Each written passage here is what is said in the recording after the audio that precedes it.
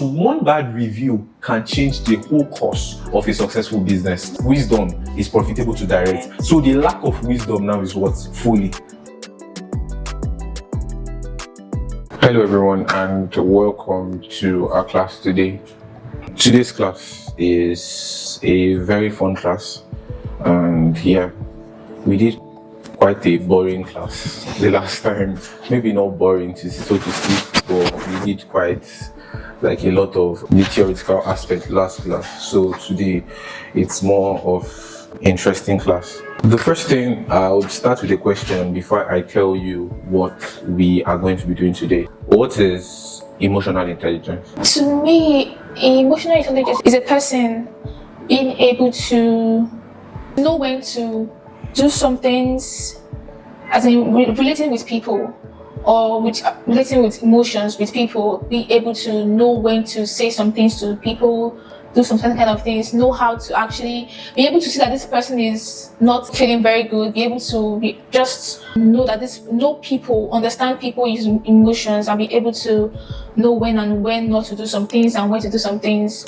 just so that you can be able to not offend or say something that would not be needed at some point. Would you say photography is more of a people's business than a skill business, or is more of a skill business, a skilled craft than a people's craft? There's no right and wrong Yes, answer. for me, I think it's more of a skill than people.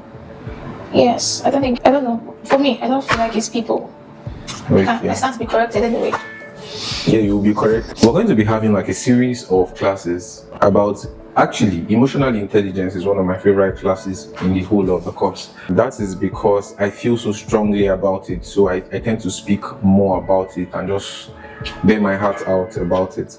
So yeah, for what it is, yeah, for the question, I'll answer the second question first, and then I'll answer the first question second. Okay. Yes. So is photography more of a skill business or skilled craft, or a people's craft? The answer to that question is both. Okay. Yes. And then if you were to read if it was more of a people's, bear in mind that I use the word business.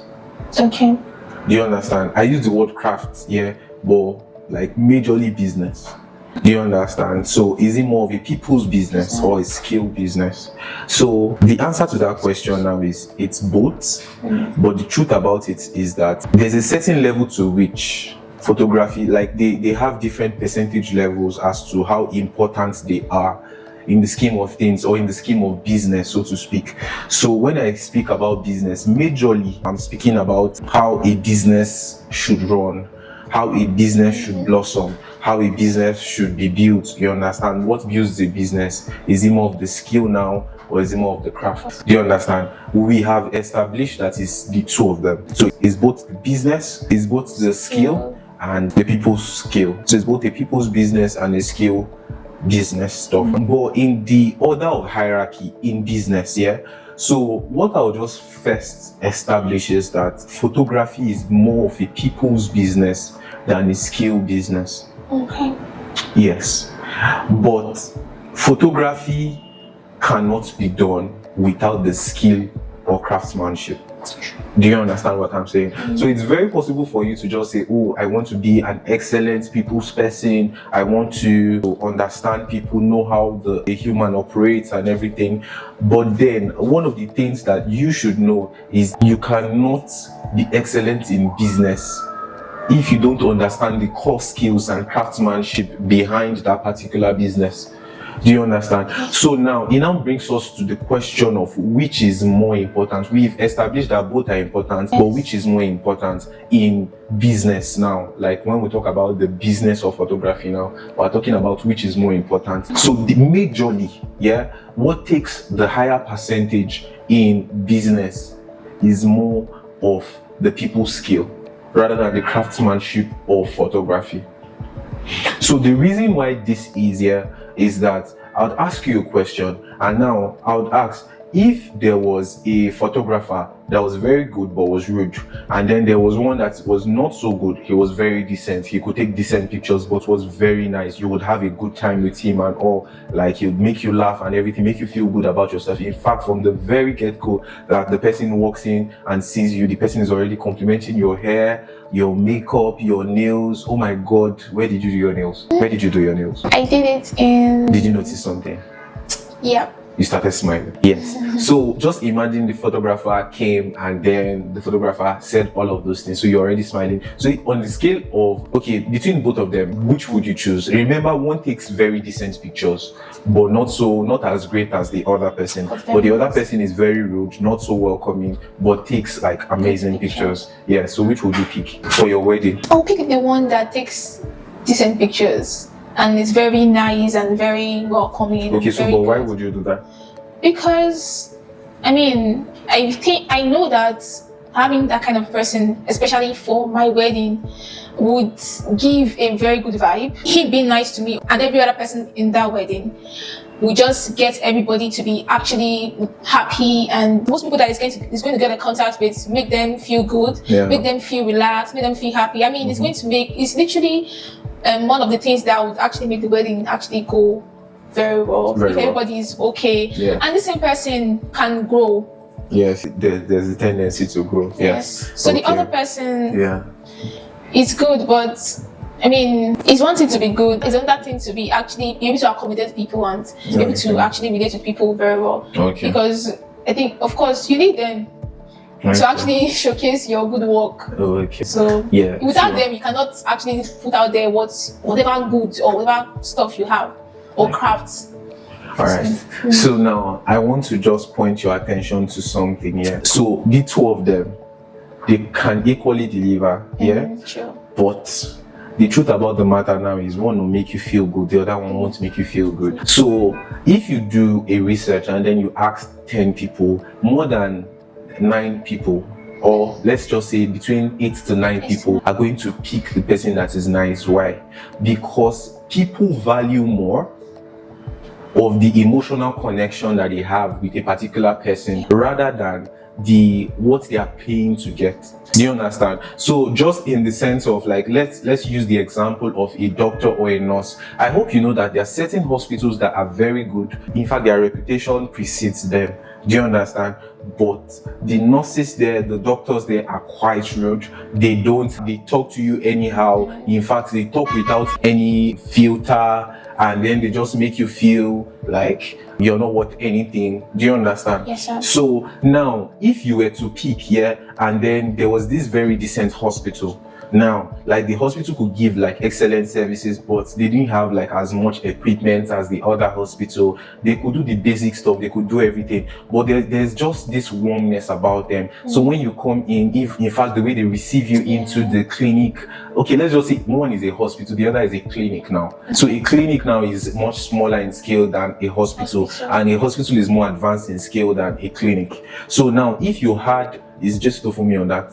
Okay, so if you had the opportunity now to go to either that hospital or a clinic, yes, so or that clinic that it's not standard here, and you had to maybe go give birth to a child there or something, so which would you choose? Is it the hospital that has like a lot of equipment, like ACs everywhere, but then has like very rude staffs? In fact, you call them sometimes, they don't even respond to you. They only respond when it's their time to do their duty calls or something like that. Do you understand? And then the other hospital, in fact, from the moment you're walking in, somebody's offering you water, somebody's saying, oh, so sorry, madam, okay, can you sit down here? How is your back? Is your back paining you? Okay, you can just lay on this bed, somebody will be here to attend to you. Before you know it, another person is there. In fact, throughout the period when you are in that hospital, your family members don't even actively have to be there.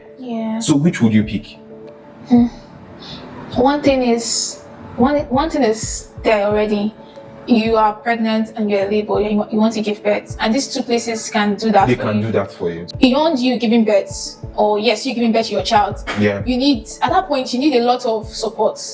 emotional support, physical support, encouragement, because we all know what's going Giving birth is. yes. So I mean, you need a lot of that. For me, right? Yes. I will go where I can get support, like a lot of emotional support. Yes, where I can get that, it will help a lot, very much, to actually do whatever needs to be done. Yes. Because you know rather that than going to the place where the nurse is actually telling you, if you like, don't push, you will die there. Do you understand? Because many people say that. So now, just for the people that are just joining us now, so the class we're talking about, so the topic we're talking about today is Emotional Intelligence 1.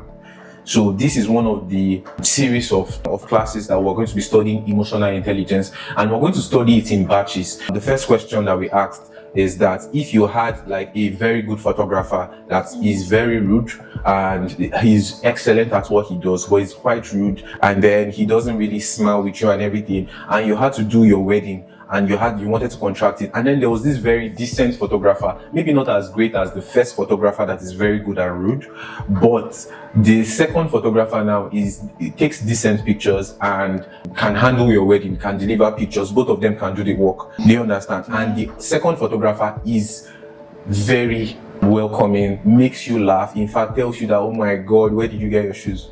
Actually, where did you get your shoes? Yes, you smiled again. I got you. So now, so when a photographer says that to you and then makes you smile, yeah, and all of those things, makes you feel welcomed. In fact, the photographer, before the end of the session, already feels like family to you. Yeah. Yes. So now, which of these photographers would you pick to be or to shoot your wedding? Yes. Is it the very good photographer that is rude, or the not so good or very decent photographer, or not as great as the first one, but very welcoming? So now, 9 out of 10 people would pick the not so great photographer, but takes very good pictures and is very welcoming. So this tells you that photography is more of a people's business rather than the craftsmanship of the business. Do you understand? Yeah. So now, what we're saying is not to say, or is not to establish that the craftsmanship of photography is not important in the scheme of things, but in the order in which business flows. Because you can't have business if you're not transacting with more than one person. You can't have business, you can't be doing business with yourself. Do you understand? So what is business? Business is like enterprising, exchange of goods and services. You cannot say, okay, I have goods and services, I want to exchange it with myself, and then I want to pay myself back. I feel like maybe I'll go in bonkers. Do you understand? Yes. But then if you tell yourself that, okay, I want to go into photography, then you have to photograph someone for you to be, or something for you to be a photographer. Do you understand? So it's more of a people's business rather than the craftsmanship of it. Do you get? Yes. So now the analogy that we gave, or the example that we gave about the hospital and the clinic. So in one of the hospitals, you have like a really big building, well furnished. In fact, you have like they serve champagne there. Oh, pregnant women don't take champagne. Okay, they take they take like really, they serve really cold juice, some other stuff, you understand? In fact, as you're coming on by the side of the door, there's like fruits everywhere, like you can just get stuff anywhere. Do you understand? But there's just one thing peculiar to this very good hospital and very standard world-class hospital, is that the staffs are very rude. They are very rude, they are very inconsiderate, and you're pregnant, and then most of them just tell you, madam, you better sit down here. If you don't sit down like this now, we'll leave you here. Do you understand? Yes. Or maybe they want to give you injection and then you're crying, and then they are saying, what's wrong with this one? Why are you crying?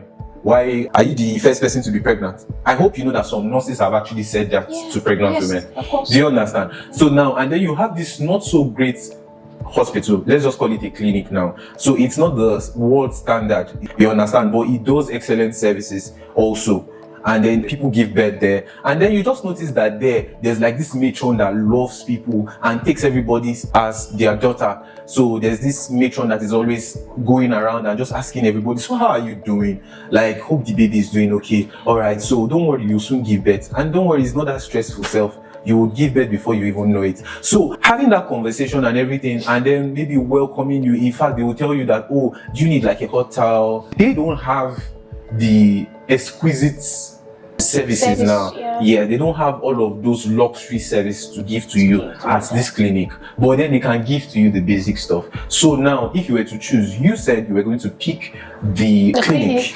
that gives an excellent service but is not world class. Yes. But rather than picking the world class hospital that gives excellent services also, but very bad customer service.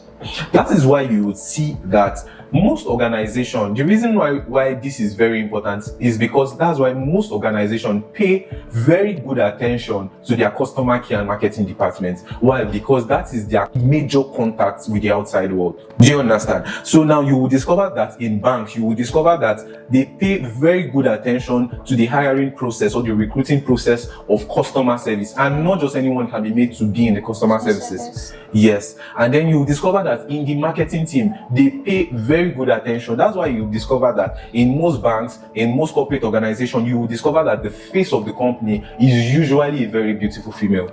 And why is it always a very beautiful female? Usually, maybe in the times like maybe in the 2000s, we had like this thing for like light-skinned ladies. Do you understand? So light-skinned ladies were what was happening. You understand? So it was just recently now that like a lot of people started embracing that, okay, dark-skinned people and whatnot. Do you understand? Yes. So if you look at it now, so they actively pay close attention to the recruiting process, and it is a more difficult process for them to even put somebody there, because they know that that is their link to the customers. So if the customers are not pleased, trust me, just one bad review from a customer can cause and can change the course of business of a particular firm or company. Do you understand what I'm saying? So now when you understand this, you will then know that photography is more of a people's business, because you deal more with people. Even though you're shooting wildlife, you're shooting, yes. So for people who shoot animals, wildlife, there's a certain way you'll be able to have conversation with the animals you shoot. Seriously. Do you understand? I hope you know, I think it has been proven that animals can read emotions. Yes. Dogs can read emotions. Do you understand? Some animals are very intelligent. They may not just be as high-class animals like humans, you understand, but they can read emotion. That is why your dog knows when he eats, or maybe he bites your charger and then you're shouting on him, and then he goes to the corner to bend and just stay quiet, and he's giving himself a time out facing the wall. I hope you know that is because your dog can actively read emotion. So this is more of a photography is more now of a people's skill, or whoever you're shooting is more of like a relational skill. Yeah. Do you understand? Yes. So now if you understand this, you will then know that the difference between a successful photographer and a photographer that is struggling is not because of the craftsmanship majorly. It is because of the understanding of emotional intelligence.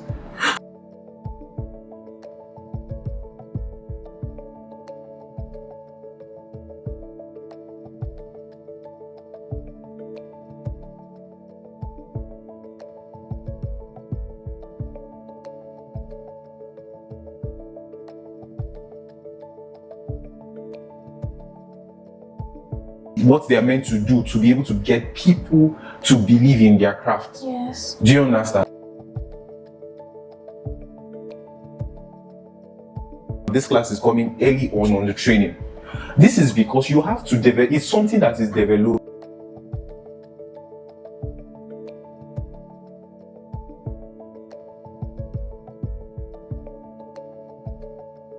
They could just tell themselves that, okay, I'm naturally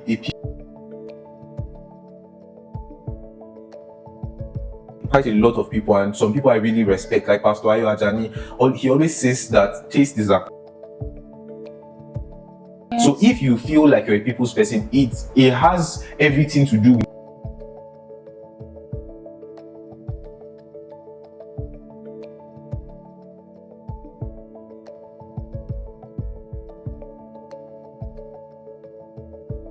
an environment that encouraged you to be a people's person. It's something that over time. Yes. And it's not something that can just be learned.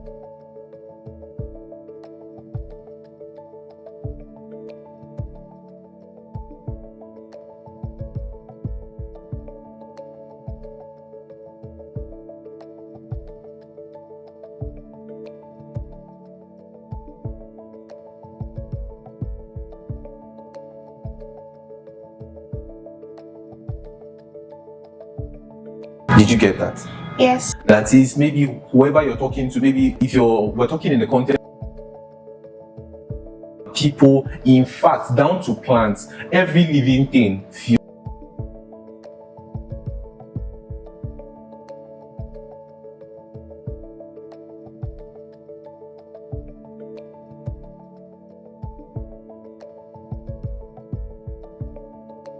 don't like the plant, you will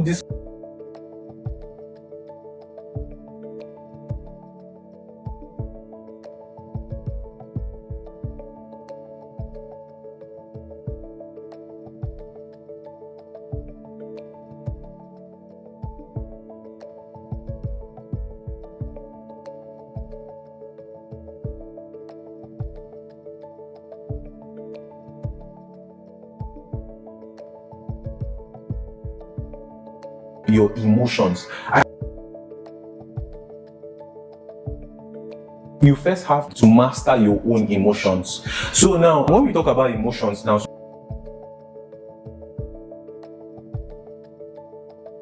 every human has a feeling. They have the ability, your ability to feel generally.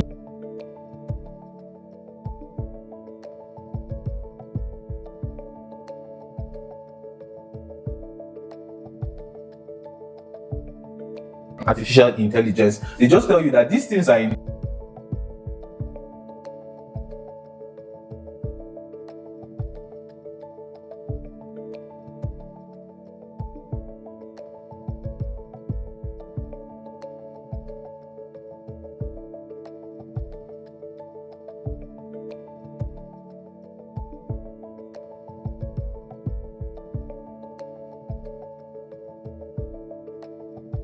An emotion or your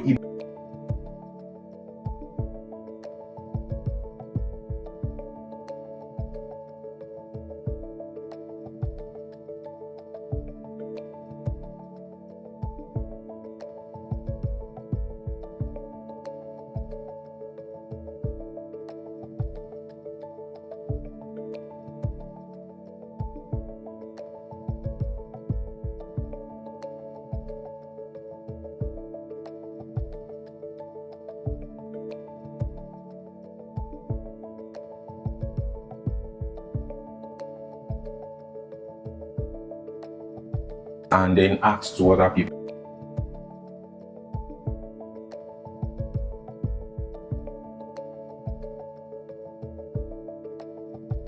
So photographers actually feel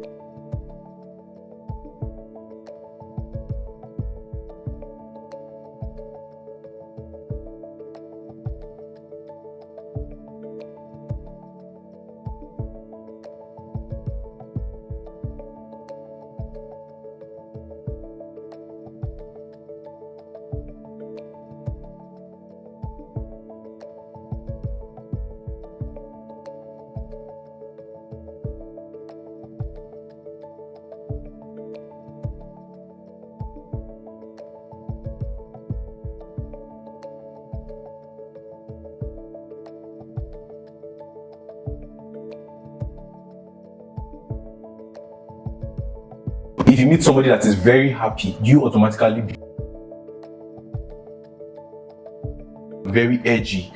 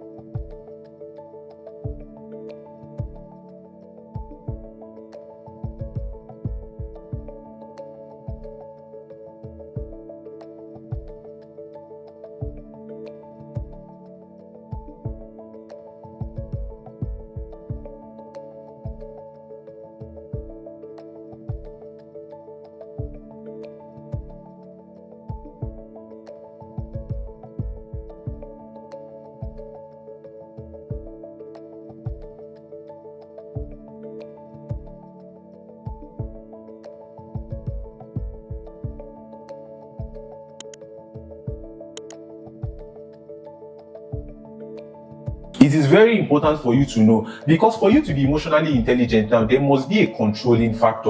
All Christians have to have the Bible as their guide or as their life. Do you understand? So according to the Bible, what does the Bible say? Pursue peace with all men. And the Bible did not say pursue peace with men that are very nice. Yes. The Bible did not say pursue peace with men that are good to you. The Bible did not say pursue peace with men that would not maybe insult you. So the Bible doesn't say that. The Bible says pursue peace with all men. So we looked at it from the spiritual aspect here. We've looked at it at least from, because I am a Christian, so that's the only spiritual aspect I can talk about. Do you understand? I can't talk about other religions because I don't understand those. But I'm talking about business now. What does business say about this particular thing? The business always says something about relations and relationships. A customer is always right. What does the Bible says? Pursue peace with all men. And then what does business actually say about relationship and people? In business principles, in fact, one of the quotes that is very popular is customers are always right. Do you understand? So when you now understand this, and for the most part, when you say customers are always right, that means you're saying it from a business aspect. You're not saying it from the customer's aspect, you're saying it from the business owner's perspective. Do you understand? So now it means when you say customers are always right, that is customers, everything, all the baggages that come with them is right. Whether it's wrong, it's still right. Yeah. So you have to also, the principle of pursue peace with all men is also a business principle. That is why I tell a lot of people that actively you can run a very good business and a successful business just running by principles from the Bible, and you will run it very well. Do you understand? Yes. So because the Bible is a compendium of like a whole lot of body of knowledge that you can use to run businesses, empires, in fact, to build empires and everything. Do you understand? So now when you understand this, you then use this guiding principle as a principle for yourself going into business. So then you now know that whatever you want to do or however you want to react in any situation has to be in line with this principle. But this is where many photographers actually miss it, because they think that maybe they are not doing it for the right reasons, so to speak. So they don't have like this guiding principle. They don't have this particular principle that guides everything that they do. So they just do it and they just feel like, okay, maybe I'll just be nice to some people, and then some people know I'm going to change it for them. I'm going to talk to them however I want to talk to them. I'll do whatever I want to do with them, and then nothing will happen. Because why? I am the boss of myself, and without your money I can survive. Without your money I don't need your money. And then you hear a lot of like photographers, a lot of business owners actually say some of these things, and then I wonder to myself a lot of times that, are you really wise? Because another thing again that the Bible says is that wisdom is profitable to direct. So the lack of wisdom now is what? Foolishness. So now when you react in a certain way that is not in accordance with what the business principle says, the Bible principle says, then you are setting yourself up for failure in business. You're setting yourself up for failure in career, because one bad review can change the whole course of a successful business. Yeah. So when you have just one bad review, maybe someone comes into your studio, maybe someone comes into your art gallery, and then the receptionist, maybe the front desk officer, speaks to that person in a certain manner, and then the person is not so happy about the way they were spoken to. You will discover that just from that one person, you will discover that the person's spouse, family, people related to that person, in fact anybody that person comes across, the person will give a testimonial of their experience with you. And what is that? That is causing a ripple effect. So even people who did not have that particular encounter, they now have like a second-hand experience with you. Do you understand what I'm saying? Yes. So they have like there's a ripple effect, there's a second-hand experience with you. So they did not experience the bad customer service from a representative of your company, maybe the front desk officer or whoever it is, but then they now have like a second-hand bad experience from the experience that the person that had or that conversation with, or that bad conversation with your front desk officer. Do you understand? So it is very, very important, very, very important. In fact, I can't stress how much of importance emotional intelligence is. Do you understand? And now it now brings us to the question, how can I be emotionally intelligent? So we have already established what emotional intelligence is. We have established why emotional intelligence is actually needed by anyone. Now, what we're going to be talking about now is How can I be emotionally intelligent? Yes, how you can be emotionally intelligent. So the thing now is looking at it from a business point of view. Emotional intelligence here is something that, if not learnt or if it's not inborn in you, you will discover that you will run your business to a certain point. And trust me, you will be able to run your business to a particular point, because if you run some services and for a while, craftsmanship will be able to keep you afloat. Do you understand? So for a while, you being skilled at your particular or at what you do will be able to keep you afloat. But then what you will discover is that after a certain point, you will discover that craftsmanship cannot take you above a certain point. In fact, I've heard quite a lot of the people I respect, and they've said it in such a way that I really love. They said that skill can get you in a room, but what will keep you there would be the relationships. Yes, it will be the relationships. And in the order of things, I think according to one of the lessons I learned from one of my mentors, Dr. Cosmos Maduka, the owner of Cocharis. So one thing he always says is that the cheapest form of wealth, so to speak, is money. That's the lowest form of wealth is money. So, and then in his ranking, I think he ranked relationships as one of the highest. Yes. Or if not the highest. I've also heard Apostle Joshua Selman also say the same thing. I've also heard Pastor Ayo Ajani say the same thing. In fact, a lot of men of God, a lot of people that I respect both in business and in religion, they have said the same thing. And the reason why these people have said this same thing, the Bible says, in the mouth of two or three witnesses, the truth is established. Do you understand? When you see like really great people talk about the same thing, you should know that that particular thing is of utmost importance. Do you get? Yes. So now, how do I become emotionally intelligent? The first point is master your emotions. And in mastering your emotions, you have to tell yourself that, okay, I have to first know and identify how my emotions work. I have to know what my temperaments are. Am I somebody that is maybe favorably disposed towards people, or maybe somebody that is just conservative? Am I somebody that doesn't even like people around me?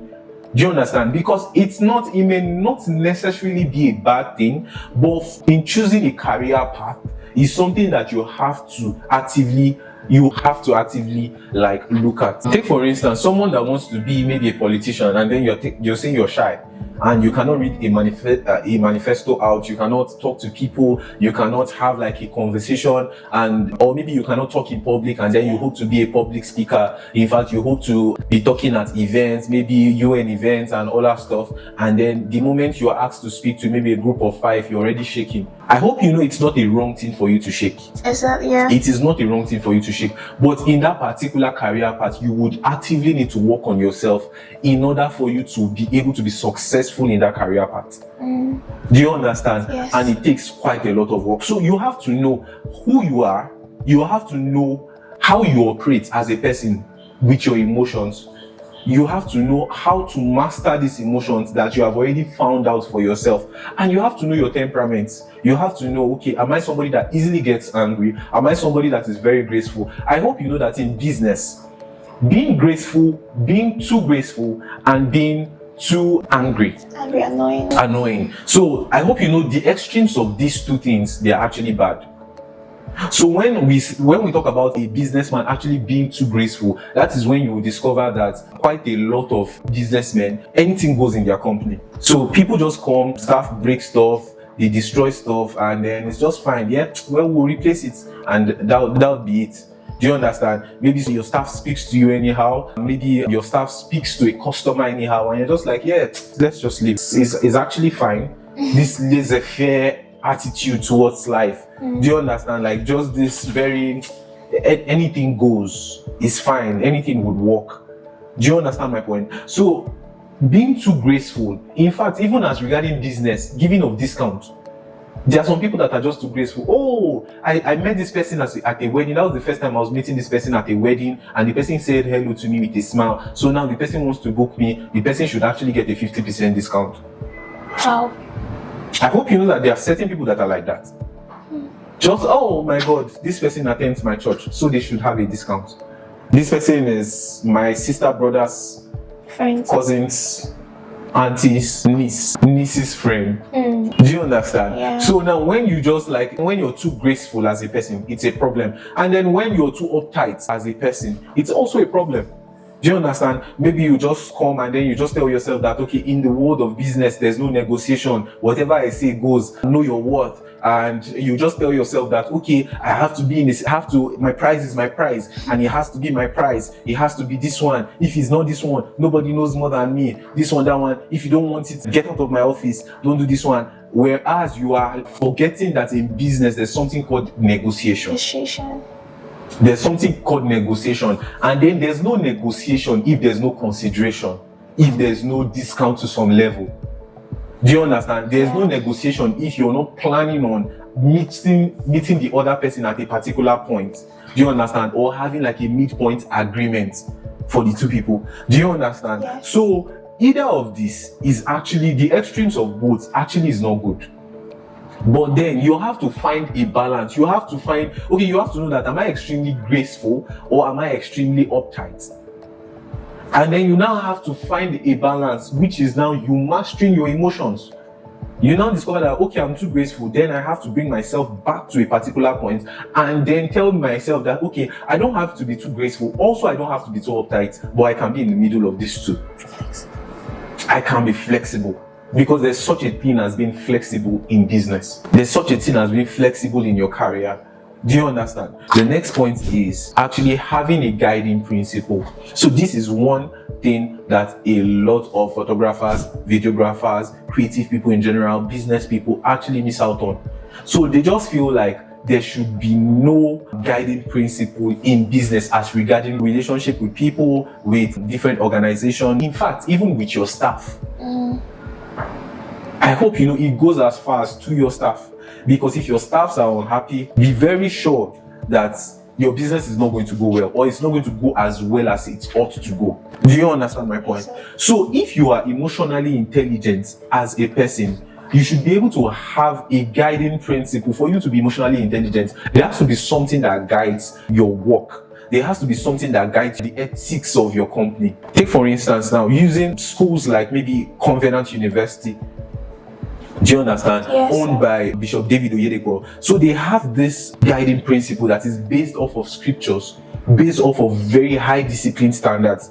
Do you understand? That is why you discover that the school is so excellent, but it's not excellent in and of itself. It is excellent because of the guiding principles that were put in place. I hope you know, where there is no law, there is no sin. If there is no law, there is no sin. So when there is now law, that is when you will now know that there is sin. That is when you will now know that, okay, somebody went against the law, somebody did something. Because if you had a country like this now, maybe Nigeria as a whole, and stealing was not a crime, I hope you know, if someone stole something from you and you go and meet the police and you tell them that they stole something from you, they'll say, we don't know such a thing as stealing. It's not recognized. Yes. Like, what is stealing? I don't know whether you understand my point. So that is why you discover that schools like that, like Covenant University, they are guided by that ethics. They are guided by that. Their rule book now is basically the Bible and the high discipline standard from the founder, Bishop David Oyedepo. Do you understand? So even you as a business, you are meant to have like an ethics. You're meant to have like a rule. You're meant to have like a guiding principle that will guide your relations to people. So now, what can be said to a client and what cannot be said to a client? What kind of jokes can be made to a client and what kind of jokes cannot be made to a client? Do you understand? In actually talking to a client now, or talking to a customer, do we speak to a customer in pidgin English, or do we speak in vernacular English, so to speak, or do we speak in correct English? Do we speak proper grammar to, what is it called now, to a customer or a client? Do you understand? And in the situation or in the event that the client or the customer is not able to understand your proper English or grammar, would you be able to still relate or come to the level of that person? Because I hope you know that there are some people who are very well to do, who can actually afford your service as a photographer, as a videographer, but they may not understand you relating to them with proper English because that is not their mother tongue. Do you understand? Because of some certain like limitations that they have, like language limitations that they have, you just discover. So in that scenario, what would you do? If you were relating to clients that are not of an English speaking origin, maybe people from the Francophone countries, So what measures have been put in place? Do you understand what I'm saying? Yes. So how do you speak to people? How do you relate to people? How do you react to your clients? So now we've already established that you can have like clients have like the world is a cocktail of humans. Both the good, the bad, the ugly, everything is all mixed up into one. Do you understand? So when you discover that people are coming to you now, you would see that these people that are coming to you are a mix of both the good, the bad, the ugly. So now they are bound to make you very happy, make you very angry, make you very annoyed, step on your toes, actually say some things that are not actually nice. So in that situation, what should be the reaction? If there is no guiding principle, I hope you know you will act out of character. You will act, yes, you would behave in a certain way that you yourself as a business owner, you won't be proud of it, and it won't be ethical. Because why? There's no even ethics, there's no laid down principle on ground. So it is very important for photographers, business people, videographers, creative people in general, to actively look for a way to make sure that there is a guiding principle that guides the operation of the company as regarding relating to people. So now, and the question comes now, how do I get like how do I form a guiding principles that is actively correct? So you can study different business models, you can read books, you can find out from people who have gone far ahead to know how to actually relate to people. You can actually take classes. Do you understand? You can actually take classes, you can take courses, you can understand people better and how people operate to be able to know how to better relate to them. But a lot of photographers right now, what we feel, or what a lot of photographers, videographers, creative people actually feel, they feel like the craftsmanship is more important. So when you see a class that is about emotional intelligence, maybe from a psychologist or from someone that's maybe studied sociology or something, when you see a course like that, you just feel like, okay, that is not important to my craft. Well, I'd rather spend so much money investing on buying equipment and going for a master class in photography, videography, graphics design and the rest, instead of attending that class. But what you don't know is that you can have all the equipment, all the skill in this world and still not be sought after. Because the people who you need to trade with, the people who you need to relate to, you don't have a good relational skill with them. So you will discover that your craftsmanship, your equipment, your very expensive equipment, you and all of these things are at a certain point and you cannot move above that particular point. Do you understand? So this is very, very important. So this is the second point. So the first point is mastering your emotion. Yes. The second point is having a guiding principle in your business as a photographer. Like ethics that guides your business. Yes. And how do you get that guiding ethics? By actually studying books about understanding people, how to relate to people, how to master your emotions. And then also a very, very simple way and easy access is the Bible. Because the Bible is actually going to teach you how to relate to everyone. So when you discover, you will see that the Bible says pursue peace with all men, and then you will discover that the Bible will say be wise as a serpent. Do you understand? So when the Bible says be wise as a serpent, now it now means that some people are very cunning as a serpent, but be as wise as those people. The Bible is very complete. Do you understand? So you can fully understand how to run a whole business from the Bible. It is very important. So if you don't own a Bible today, you can buy one. Do you understand? You can buy one and you can learn actively from the Bible. So let me just give a quick example now. One of the richest people that ever walked the face of the earth was King Solomon. One of the richest people, like globally recognized people that ever walked the face of the earth is King Solomon. Up to today, like people still speak, you understand? A lot of things are still being brought out. Archaeology is bringing out a lot of stuff, historical stuff that speaks to the influence and the opulence of King Solomon. And how was he able to do this?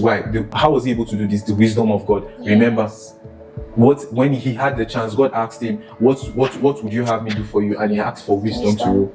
Do you understand? So there's such a thing that is called the wisdom of God, and this wisdom of God is written. He has a book. God wrote a book, and the book is what? The Bible. And if you read the Bible, what are you doing? You are digesting the wisdom of God. You are having. So today, get a Bible. before you buy that next camera, before you maybe you invest in that next camera, before you do something relating to maybe improving your skills, doing all of those things, yeah, just buy a Bible. Yes, and you will discover that from that very, I like to say very small but mighty, because now the way the Bible has been able to be condensed, now you will discover that the Bible, you have like very Bibles that are small as this, yes. Very small Bible, but then you will discover that you learn so much on how to run your business. Are we good? Yep. Can we move forward? Yes. Yes. So the next thing that we would actually be talking about now is the next point: how to become emotionally intelligent. Yes. And now this is in studying people. Okay. Studying people. So the first one was mastering your emotions. That was about the you. That was the you factor. The me factor. Do you understand? And now the second one was have a guiding principle. Have something that guides your work. Have something that guides an ethical conduct that guides your operation in business, in your craft and in your business, in everything that you do. Do you understand? Which we recommended, like you reading books, and one of the books we recommended, maybe the greatest book, the Bible. Do you understand? Yes. Did I say maybe the greatest book? The greatest book. Actually. Yes, the greatest book actually. Yes. And then the next point now is not the you factor, is not you setting up rules. Now it's the them factor or the they factor. It is studying people. Studying people.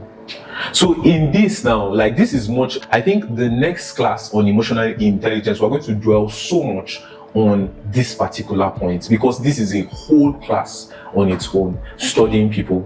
I hope you know that the world here is, we've already established that the world is a mix of different people, and then for you to understand people, in fact for you to understand one person, it will take you a whole lifetime to understand just one person. And then for you to understand people, that is, if it will take you a whole lifetime to understand one person, and then to understand people, my God, it's a lot. It's a lot. Do you understand? So because why is this? Why is it very hard for you to study people and to understand people? So now we have like courses in the university that teach people how to relate, how to socialize, how to relate with other humans. So we have the likes of psychology, sociology. We have like different courses from the social sciences, you understand, that teach you how to relate to people.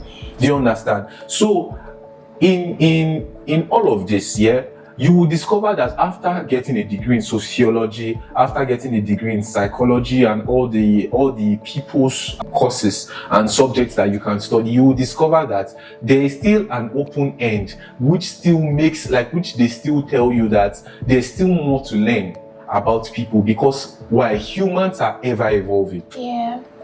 Humans, as we are ever evolving, we're ever changing, like we're a dynamic being, and that is where the beauty of creation comes now. That is where we see that what God did with humans is just beautiful, because a robot can be programmed to be in a certain way and perform a certain action the same way over and over and over and over and over again. But then what you will discover now is that you will see that a human being is not wired to be in that certain way. A human being is wired to actually reinvent themselves. So you will discover that you meeting a person today does not automatically mean that you will meet that same version of the person next time. It doesn't mean that you will meet the same version of the person maybe 2 years later. I hope you know that the version of you a year ago is not the same version of you today. And it's still not going to be the version of you this time next year, and it's still not going to be the same version of you by this time 10 years from now. There's going to be much evolving with the change in the environment, with the change in what you interact with, with the change in what the information you take in. You actually evolve as a human. Is the focus on me? Yeah, it is. Okay. Be sure, because I'll fight you. Okay. All right. So So the next thing, so when you discover that a human is ever evolving, when you discover that people are ever changing, so in understanding people, you have to leave a room to keep understanding and to keep learning them. Do you understand? So there's no end. You cannot say you are fully learned people. There's no end to the learning of people. You understand? So when you now understand this, you will then know that a human is a being that is quite hard to fully finish learning. Do you understand? Even yourself, there are certain things that you discover in yourself. I'm sure today you discovered something about yourself. Maybe tomorrow you discover something new about yourself. Do you understand? Next tomorrow you discover, if you think very well, within last week you discovered something new about yourself. Because every single day, with what we interact with the movies we watch, with the things we listen to, do you understand? You will discover that in fact, even with you learning a new skill, you will discover that you keep changing, even you yourself. So now, just the same way you cannot fully finish learning yourself and mastering yourself, it's a constant. Remember, we mentioned in the first point about mastering your emotions, we said it is the constant on learning and relearning. Yes. Do you understand? Yes. And learning process. Yeah. So now, that is the same, because you as a human, you're also human. So in understanding yourself, you cannot fully finish understanding yourself, but you can master it to a certain point. Do you understand? In mastering your own emotion, I hope you know you have to leave that end open to keep learning, unlearning, relearning. Yes. So it is with learning people, studying people. You have to keep that open end for you to continue to learn people and for you to continue to grow. You understand? For you to give room to people to grow in, or for you to give yourself room to grow into the knowledge of who people are becoming and who the world is shaping people to be. So take for instance now, a child of 10 years old today, how that child will relate to you will be far different from how a child of 10 years old in 1999 would relate to you. I hope you know a child that was 10 years old in 1999 would have more respect. A child is, do you understand, as regarding what the world is right now? Yes. Do you understand? A child of 10 years old in 1999 would have certain traits that a child of 10 years old now would not have. And a child of 10 years old now will have certain traits that a child of 10 years old in 1999 will not have. There are some certain level of intelligence that a child of 10 years old now would have, that a child of 10 years old in 1999 would not have. In fact, nowadays you will discover that children actually mature faster, like in their thoughts, in their action, even in their body, in the way their body mature. So you will discover that a child of 10 years old already knows some things that a 10 years old of 1999 does not understand. So with the evolving, with the changing of times, of seasons, with the changing of environment, with the changes of like the whole world with the world as a whole, you will discover that people keep changing, evolving, you understand? So you have to adjust to that. That is why you see that certain businesses actually failed along a certain point. You discover that, if I name some eateries, you will discover that there were some eateries that were very popular in the 2000s. Yes. And they are nowhere to be found today. Why? Because one of the things is that maybe they did not, I cannot say for a fact though, but maybe they did not, because I've not done like an extensive study on all of those, but maybe they did not really understand how to change with the times, how to understand people with the times. Do you understand? Yes. But then you will discover that the companies that I have quite a lot of respect for are companies that have been able to stay and have been able to keep their relevance over a certain period of time. Take for instance Chicken Republic. It's been there for a long time. If you look at companies like you look at certain companies and you will discover that they've been there for a long time. McDonald's. Yeah, McDonald's. Do you understand? They've been there for a long time. And you will discover that they are not planning to go out of business anytime soon. Because why? They've mastered the art of evolving with the times, evolving as people evolve. Do you understand? Meeting the needs of people. That's why you discover that in Chicken Republic now, you discover since their forte is the chicken and affordable meals. You understand? So what they do now is they still, even with the evolving of the times as things get expensive, they still try as much as possible to still maintain touch with why they still exist. That is their affordability. Yes. That's why you discover that they have a pack that just has rice, stew and egg to be very cheap. So that the average person, the average income earner or the low income earner can actually patronize them. Do you understand? So in studying people, you will then know how to relate to people. You will know how to charge people. You will know the kind of audience that you have. So this is one part. You remember I told you that this is a very broad topic. Yeah. So now you will now know that, okay, this is the certain niche or this is the certain people that I create things that would I attract this certain type of audience, and this audience, maybe if I have a student audience, this is what they can afford to pay me at the particular growth stage that they are in life and in finances. Do you understand? So you cannot be a photographer servicing majorly students and then you're telling yourself that, oh, you are listening to talks about knowing your worth, and then you're listening to conversations about people who charge like maybe $50,000. I hope you know, no student has $50,000 to give you to shoot them. Even if they are from a wealthy home, $50,000 is quite a lot. Do you understand? So, but then you knowing how to charge at the certain point, or you knowing how to relate with people, both financially, in business, in every aspect, you understand, is very key to the success of any business. If you don't understand this, trust me, you're heading for the ground. It's a strong deep dive to the ground. So how do you understand people? Also, it's by looking at your business model, looking at the people that you attract, looking at your craft. Just to ask a question, photography majorly, who does photography engage the more of the female audience or more of the male audience? There's no right or wrong answer. It attracts both audience. Yes, it does. Yes, but which audience does it attract more? Of course, the female. Of course, the female. You said of course. Did you think about it so hard? Why? Because women love pictures. Women love to feel good about themselves. Women love to look good. Yes. They get any reason. They just find any reason to get to the studio and take pictures. Yes, they find any reason. Why? Because it makes them feel good about themselves. They see themselves in a very good light. Do you understand? As opposed to a man. Yeah. A man can.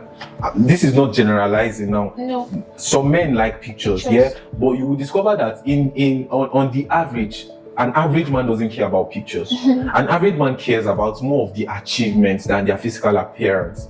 So they care about maybe the goals that they crush. They care about the houses that they own. They care about the things that they own, the things that they're able to do, rather than what is it called now? Rather than their physical appearance. That is why you discover that most men, they have to even hire somebody to manage their wardrobe, even when they are successful. Yeah. Because they pay no attention to it. But you will discover that a lot of successful women actually have the time. They have time enough. Take for instance, you will discover and you will look at people that are doing like really big stuff, global stuff. You will discover that they're able to still have their makeup done by themselves. They have the time to actually go get their nails done. They have the time to actually have their skincare routine done, no matter how late they come back from a board meeting. Do you understand my point? Yeah. So now, based off of that, now as a photographer, you already know who your audience is tending more towards.